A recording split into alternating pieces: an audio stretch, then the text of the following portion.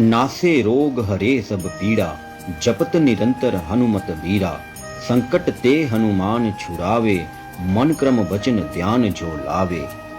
कहते हैं कलयुग में एक ही जीवित देवता है और वो है हनुमान जी। भगवान हनुमान जी से जो सीखना चाहिए वो है निर्भय रहने की कला। हनुमान विश्वास के देवता हैं। विश्वास दोनों तरह से हो, परमात्मा पर भी, स्वयं पर भी, बाहर भी, भीतर भी। भरोसा ही एकमात्र चीज है जो सूर्य को मुंह में रख लेने से लेकर समुद्र लांघने तक के काम करवा लेता है।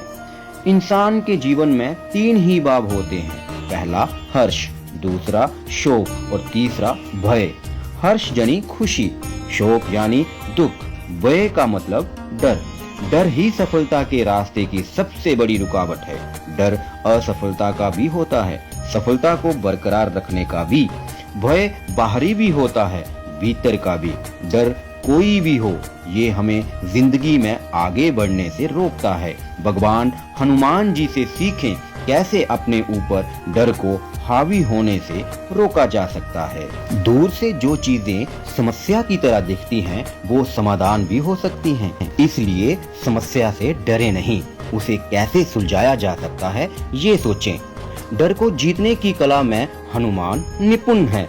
कई घटनाएं हैं जिन्होंने उनके मन में भय पैदा करने की कोशिश की, लेकिन वह बुद्धि और शक्ति के बल पर उनको हराकर आगे बढ़ गए। डर को जीतने का पहला मैनेजमेंट फंडा यही से निकलता है कि अगर आप विपरीत परिस्थितियों में भी आगे बढ़ना चाहते हैं तो बल और बुद्धि दोनों से काम लेना चाहिए। यहाँ बुद्धि से काम चल जाए, वहाँ बल का उपयोग नहीं करना चाहिए। रामचरितमानस के सुंदरकांड का प्रसंग है। सीता की खोज में समुद्र लांघ रहे हनुमान को बीच रास्ते में सुरसा नाम की राक्षसी ने रोक लिया। हनुमान को खाने की जिद की। हनुमान ने बहुत मनाया लेकिन वो नहीं माने।